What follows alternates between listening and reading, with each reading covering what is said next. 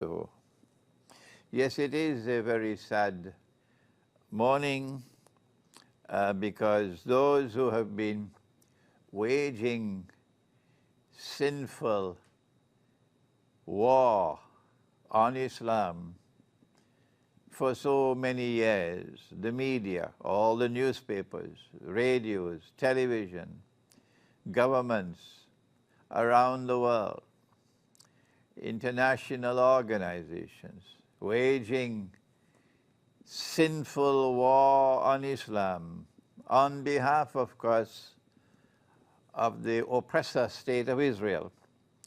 All these years, the chickens are coming home to roost now, and now the slaughter has begun. If the slaughter in Gaza was not enough, if the slaughter in other parts of the world was not enough, now the jasads are coming out into the open, the woodwork, the worms are coming out of the woodwork, and people who are now programmed to go and commit these horrific acts of murder. This is what has just happened in New Zealand. And we should not be surprised if it does not provoke other such acts on Muslims around the world. But once we are at the receiving end, once we continue to remain as the wretched of the earth, it validates our claim to truth. But what is far more dangerous is that the same people who programmed this Jasad to go and attack and kill 50 people in New Zealand are the same people who will now train who they call their own boys of Dajjal, the people of ISIS and otherwise, who have Muslim names and who are paid US dollars to now go and attack some Christian church or Jewish synagogue and kill 150 so that they can now put the blame on Islam. Look at how these Muslims have responded. This is the danger. This is the danger. So our Christian brothers and sisters, the Jewish brothers and sisters who stand up against the oppressor, we suggest to you to take precautions to protect your places of worship, so that someone does not come with a mask on his face and with Allahu Akbar blazoned on the back of his clothing and so on to put the blame on Islam, to come and commit a reciprocal act of horrific terrorism and killing large numbers of Christians and Jews. For those Jews who are our enemies because they are oppressors, we also do not wish for you that you should have to suffer these kinds of attacks, because we Muslims, we don't wage war this ugly way. No, we don't wage war this deceptive way. When we stand up to fight, we stand up openly with our faces open, so there's nothing, no covering over our face to conceal who we are. We don't fight from the dark like the Israeli Mossad. No. Now then, we have to declare, we have to recognize on this very sad morning, and these words of mine I know are going to go around very far in the world, because I am perhaps the only scholar today who has been championing the cause of Constantinople. And because of the attack on New Zealand, and it was, I believe, programmed like that it should bring Constantinople to the front page, to center stage in the world. I believe that they wanted to kill far more than 50. I believe their plan was to kill maybe about 500, so that Constantinople will come out quickly and violently out to the center stage. And I believe that the purpose of these attacks, rather one of the purpose of the attacks on the two masajid in New Zealand, in South Island. I visited New Zealand once, but I remained only in North Island. I did not go to South Island, so I've never visited Christchurch. But I believe that they wanted to kill about 500 people or more in order to bring Constantinople to center stage. Why? Why? Let me explain. The purpose of the attack in New Zealand, or rather one of the main purposes of the attack in New Zealand, was precisely to sabotage this coming together of Muslims and Christians and binding us together with a future that is connected with Constantinople. The Quran has spoken on the subject of Constantinople, and unfortunately no one has taught the subject. And so there is widespread ignorance, particularly in Turkey.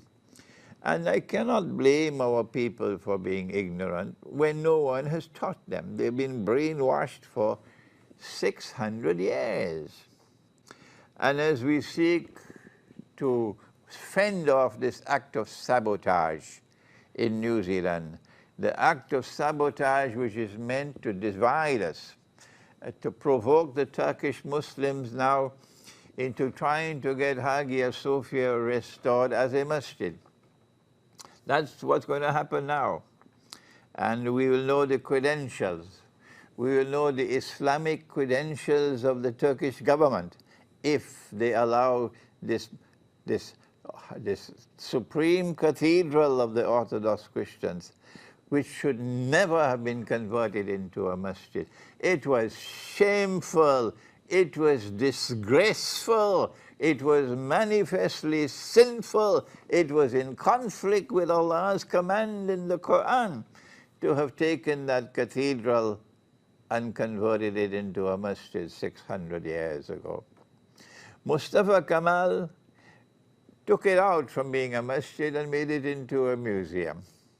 And now, as a result of what happened in New Zealand, now you'll see all the drums being beaten to take Hagia Sophia and restore it as a masjid in order to drive a nail deep down into the hearts of the Orthodox Christian world, including Russia, and to sabotage the efforts we've been making all these years. One man alone doing it, only me. I can't get the other scholars to come and join me.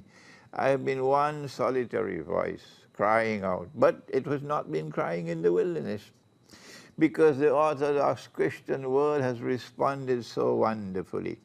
These words of mine, I hope, will reach you wherever you are in Greece. I hope I can visit Athens sometime this year, inshallah, for the first time. These words of mine may reach you in Russia. I was there in Moscow a few years ago. These words of mine may reach you in Belgrade. I love Belgrade, and Belgrade loves me, yes. That there is a conquest of Constantinople which is coming after the Great War, after the Great War. And when that conquest of Constantinople takes place, as prophesied by Prophet Muhammad, Allah's blessings be upon him, when that conquest of Constantinople takes place, this cathedral of Hagia Sophia will be returned to you. That's right, it is your cathedral. And you will remove the minarets because this is your cathedral, it's not a masjid. The minarets are a symbol of a masjid. And this is not a masjid, so they should not have any minarets. This is an Orthodox Christian cathedral, and we recognize it forever as an Orthodox Christian cathedral, and we will give our lives to ensure that this is returned to you and you have it again once more as an Orthodox Christian cathedral. But this will only happen when the conquest of Constantinople takes place after the Great War. And that Great War seems to be around the corner. And so what we are looking forward to is what happens after the nuclear war. And our Prophet, Allah's blessings be upon him, He has prophesied as no one else has prophesied in history. Only a prophet can do that. The University of the West Indies and their scholars and their strategic analysts and so on, their political scientists, they can't do it. No. Only a prophet could do it. And he has prophesied that the next event to take place after the Great War would be the conquest of Constantinople. And my book, Constantinople in the Quran, which has just been written and which we're going to launch in London on April the 27th, do please come and attend that program. Do please come. We want to welcome you. We want to share that moment with you. That book explains why the conquest of Constantinople is so important, because that conquest will result in the return of Hagia Sophia to the Orthodox Christian world, and that is what he did not want. He killed 50 people in New Zealand. He did that in New Zealand. Not him, sorry, those who programmed him to do it. They killed 50 people. They were hoping to kill 500 in order to prevent Hagia Sophia being returned to the Christians. That's what they were doing. Sabotage. But they planned their plans, and Allah plans his plans. We are not saying that Constantinople, the city, has to be conquered and returned to the Christians. Who said that rubbish? Not Imran, Hussein, no. A Muslim army will conquer Constantinople, not a Christian army, not Russia. No, no, no, stop this garbage. Stop saying things about me I never said. Our Prophet said, لَتَفْتَحَنَّ الْقُنْسْتَنْتِنِيَّةِ لَتَفْتَحَنَّ you Muslims, you will conquer Constantinople. وَلَنِعْمَ الْأَمِيرُ آمِرُهَا وَلَنِعْمَ الْجَيْشُ ذَلِكَ الْجَيْشُ. Which scholar of Islam today is quoting this hadith? None. That is not to say that the scholars of Islam are not doing important work. No, but they are not touching these subjects.